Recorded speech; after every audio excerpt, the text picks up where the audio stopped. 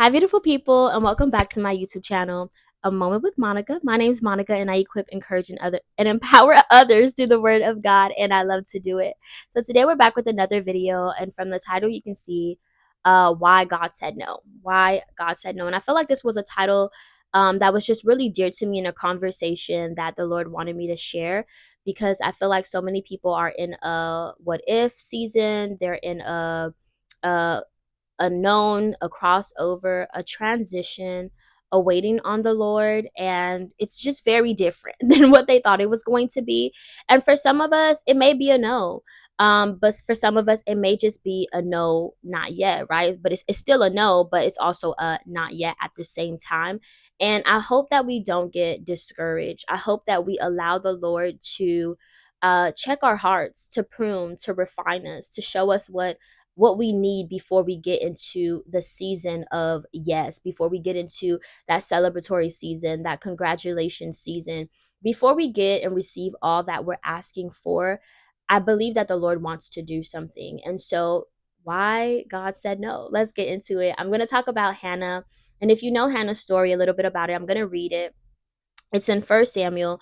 But Hannah was a woman who was barren and she was not able to have children. But the word of the Lord says, God kept her from conceiving. Whereas the other wife of her husband, Penina, was able to have sons and daughters, multiple children.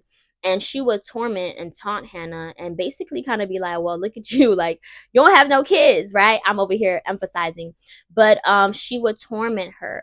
And Hannah honestly got sick and tired of it. And she was so bitter, so resentful. Finally, she went to the Lord and prayed a sacrificial prayer. And God actually gave her what she wanted in his timing and because of her sacrifice and obedience. And I think it's because God could trust her. So let's go into it. First Samuel chapter 1, and we're going to read all the way up to verse 19, no, verse 20. So bear with me, and I'm gonna butcher those names more than likely. There was a man from Rethaim, Zophim, in the country of Ephraim. His name was Elkanah, son of Jerome, son of Ilu, son of Tohu, son of Zuph, and Emphorite. He had two wives, the first named Hannah, and the second Penina. Penina had children, but Hannah was childless. This man would go up from his town every year to worship and to sacrifice to the Lord of armies at Shiloh, where Eli's two sons, Hophni and Phinehas, were the Lord's priests. Whenever Elkanah offered a sacrifice, he always gave portions of meat to his wife Penina and to each of her sons and daughters. But he gave a double portion to Hannah, for he loved her even though the Lord had kept her from conceiving. Her rival would taunt her severely just to provoke her, because the Lord had kept Hannah from conceiving. Year after year, when she went up to the Lord's house, her rival taunted her in this way. Hannah would weep and would not eat. Hannah, why are you crying? Her husband Elkanah would ask. Why won't you eat? Why are you troubled? Am I not better to you than 10 sons? Even in all of this, y'all, he still favored Hannah. He still loved her more over Penina. And so it's crazy that we could be in this season where like that one thing isn't happening, that one thing that we want, and we're like forgetting about everything else that the Lord is doing or forgetting about all the other good and what we have. On one occasion, Hannah got up after they ate and drank at Shiloh. The priest Eli was sitting on a chair by the doorpost of the Lord's temple. Deeply hurt, Hannah prayed to the Lord and wept with many tears. She just let it out. Making a vow, she pleaded, Lord of armies, if you will take notice of your servant's affliction, remember and not forget me, and give your servant a son. I will give him to the Lord all the days of my life, and his hair will never be cut. Listen, that's a sacrificial prayer. While she continued praying in the Lord's presence, Eli watched her mouth. Hannah was praying silently, and though her lips were moving, her voice could not be heard. Eli thought she was drunk and said to her, how long are you going to be drunk? Get rid of your wine. No, my lord, Hannah replied, I am a woman with a broken heart. I haven't had any wine or beer. I've been pouring out my heart before the Lord. Pour it out, pour it out. Don't think of me as a wicked woman. I've been praying from the depth of my anguish and resentment. Eli responded, go in peace, and may the God of Israel grant the request you've made of him. May your servant find favor with you, she replied. Then Hannah went on her way. She ate and no longer looked despondent. There's something about getting out of the presence of God. You no longer look despondent. Samuel's birth and dedication. The next morning, Elkanah and Hannah got up early to worship before the Lord. Afterward, they returned home to Ramah. Then Elkanah was intimate with his wife Hannah, and the Lord remembered her. The Lord remembered her. Okay? After some time, Hannah conceived and gave birth to a son. She named him Samuel because she said, I requested him from the Lord. So I just was like, this is so beautiful. And if you continue to read Hannah's story, she does dedicate Samuel to the Lord. She takes him over to the priest Eli, and she keeps her promise that she made to the Lord about dedicating Samuel to him. And so I think it was such a beautiful story because here's Hannah. She's not getting what she wants. She's been hearing no. It says many years this has been going on. Peninnah got several children. Hannah over here being tormented by her, being mocked, okay, being laughed at. And this has been going on for years after years after years. And Hannah's sick of it. She's tired. She feels resentful. She's bitter. And finally, she's like, I've had enough. I've had enough. I'm going to go and I'm going to weep. I'm going to cry. I'm going to let out the anguish. I'm going to let out everything that I feel. And I'm going to go to the presence of the Lord with this. And because she does that and she pours herself out, she realizes actually, here's the problem all along. The problem is that I wanted this for me. I was making this child that I want a god. I wanted it more than I wanted God. I wanted it because I wanted the glory. I wanted to be looked at. I wanted to be esteemed. I didn't want to make to be made fun of by Peninnah anymore. I wanted it to look good. I wanted it so that people could change their perspective of me. I didn't really want it like for the Lord. It wasn't about his glory. And I think we should all ask our questions when we should ask ourselves this question when we're asking God for something in prayer. Is it for God's glory? Is God going to be magnified? Are more souls going to be saved? And like, is this that I'm believing in God for and wanting? Does this give God the glory, or is it going to destroy me? Am I going to idolize this? Am I going to make this a God? Is it going to deter me from the will of the Lord? Is it going to change my perspective? Is it going to change my relationship with the Lord? Will I start just going to him only when I feel like it because he finally gave me what I wanted? I feel like Hannah had a transformation moment because she's praying and she's letting everything out. And because she did that, now she's receiving. And it's like, actually, Lord, if you give me this child, I'm not going to idolize the child. I'm not going to do it for I'm not going to respond in revenge to Peninnah and all that she's done against me. She thought of just the Lord. I'm actually going to dedicate him to you. And so when God says no, he's testing us. When God says no, he's watching us. He's like, I don't think I can give this to you. It's going to destroy you. You don't have the right heart. You don't have the right intentions. You think you do. But the Bible tells us that the heart is deceitful. Who can know it? You have to check your heart. And sometimes you could do your own heart check. And your heart could be like, nah, you good, fam. Like, ain't nothing wrong with you. They the problem. And it's like, actually, no, you're the problem. Like, you need to take some accountability. You don't want it for the Lord. You just want to look good for your haters.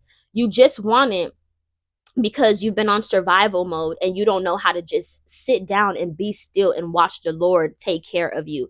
You don't want it because you want to depend on the Lord. You actually want it because you don't want to depend on the Lord. Because it's hard to depend on God if we could be honest. It's a really tough thing to depend on the Lord.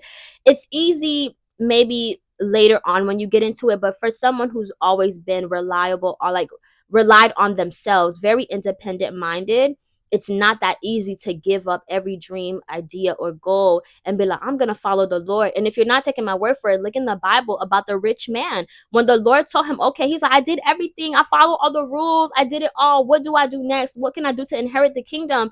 And Jesus is like, okay, give everything away and come and follow me. And the man went away. He didn't do it. Why?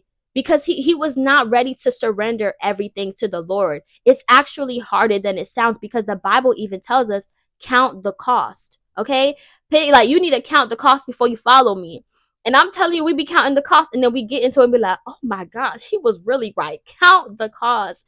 And so I think in that moment when Hannah poured herself out, she realized, actually, I'm broken. And God's no is saving me because my broken self is going to make some mess. I'm going to ruin maybe my marriage. I'm going to ruin maybe the relationship I have with my child because I'm going to sit here and idolize this child. I'm going to use this child against Peninnah. So she had to be careful. She had to be careful. And she's like, you know what? I'm actually going to dedicate the child to the Lord, because in my selfishness, this is what I wanted for me.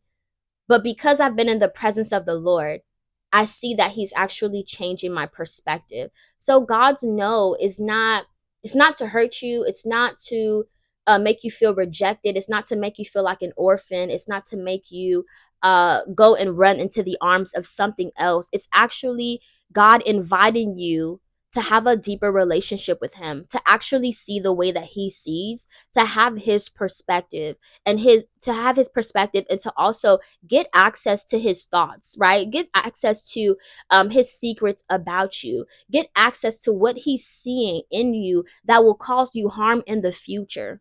Maybe he got to get rid of that idolatry. Maybe he has to get rid of that vengeance mindset, that revenge mindset. Maybe he has to get rid of those things. Maybe he has to get rid of the thought that says, I'm going to flex on my haters. I don't know.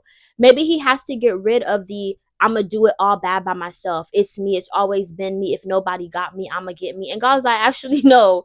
I've always had you. I need you to see me in these broken places. I know you were broken, but I need you to see that I was there with you, and I got your back, and I need you to depend and rely on me moving forward. Because if you're always trying to do it on your own, you're going to be on this hamster wheel. It's going to take you out. You're going to experience burnout and mental fatigue. So could it be that God is saying no to you because there's still some things that need to be checked? And then sometimes it's not even, and then sometimes it's not God saying no because of those things. Sometimes you've allowed him to prune you, to cut you, to put you in the fire, be refined. Now you're coming out pure gold. So sometimes it's just like God saying, he's like, just wait, give me some time. Like, I'm making everything work out for you. I'm moving that person out of position for you so that you can take that position. I'm cleaning up that organization so that when you go there, it's no longer messy and your mental health will be perfectly fine. I'm getting the nasty coworkers out of there. I'm putting peace in that environment. I'm actually preparing the place for you. I'm making sure that they're going to give you more money than you've ever made in your life. I'm preparing that for you. I'm preparing the business idea that I'm giving you. I'm preparing that for you. I'm making everything perfect for you. But could you just give me some time? Like I said in my last video, give God some time. And then so my phone cut off on me. Okay, so it's lastly a not yet. It could just be that God wants you to do something else in the meantime. I remember that I was asking God to do something the year that I graduated with my master's in 2022, and I was asking him, like, which direction should I take? All my cohorts all had these different plans and ideas and things like that. And I was like, God, what do you want me to do? And he actually wanted me to go and start teaching, high school. And it was not what I had planned to do. It was actually not the route that I planned to go at all. But that's what he wanted, and he made it so easy for me to actually go in that route. I knew that it was him. And so what I had prayed about was just yeah, I'm gonna do it for you, but not yet. And then after a while, he started speaking to me about that thing that he wanted me to prepare for, the thing that I prayed about. So sometimes it could just be a not yet. It could just be a slow down, wait a minute. I need you to go over there. I need you to do ministry there. I need you to go over there because I need that one child to be saved, to stop them from depression, suicide, to stop that depression from trying to take them over. I need you on assignment, and then I'll send you to that place that you've been praying for. But you won't see it if you give up. And so I pray that you don't give up. I pray that you trust God with the detours, the rerouting. I pray that you trust God's GPS more than your own. I pray that you trust his will, and that you surrender, because it's really not a no to harm you, as we saw with Hannah. It's honestly to protect you, to refine you, to heal you, to grow you, mature you. I think the no is a beautiful thing. I don't think I thought of that when I was first like coming to Christ, and even in the later years, and even up until recently, I'm like, I just don't understand. But I do understand, and that's because I've asked God for a deeper understanding. That's because I have people around me that I can talk to about certain things and bring my questions to. And not every question is going to get answered immediately from the Lord. But because he takes his time, and sometimes he just don't share. He don't tell you everything. But there's something that you can do, and it was what Hannah did, is to go into the presence of the Lord and to weep there, and to let all the anguish go there, and to be just emotionally honest there and watch God give you a new perspective. That's when Hannah's mind changed in the presence of the Lord. And I love that it said she left, she was no longer despondent when she left the presence of the Lord. And I'm believing that for you, that you're going to smile, that you're going to have joy, that you're not going to allow this no or not yet or give me some more time to keep you in a rut. You're not going to allow it to rob you of your present or your future, your tomorrow. You're not going to do that. And so I just love that even the next day they went up and worshiped again, her and her husband. They went to worship the Lord again. So it tells me that Hannah believed in her heart that everything was going to be made right. She believed it. Oh, everything's going to turn out right. It's fine. It's just a little time. Like, it's okay. Like, I prayed, I let it go, and I left it at the feet of the Lord. So I think that's what we all just need to do in times of no, not yet. Hold on, give me some more time. I got another assignment for you. I'll get you there when I feel like I want to, because God is sovereign. But I am so happy that God was able to give me this word, and I hope that it encouraged you and blessed you. And yeah, I'll see you guys in my next video. I need to do a live video. I really want to talk about the vagabond spirit. I want to talk about that keeps you just in cycles all the time. And I want to do that, but we'll see, because I have a big week next week coming up. But I love you guys so much, and I hope that you enjoy your weekend. Bye. Oh my gosh, should we end with the song? I trust in God. Let me stop. I'm done.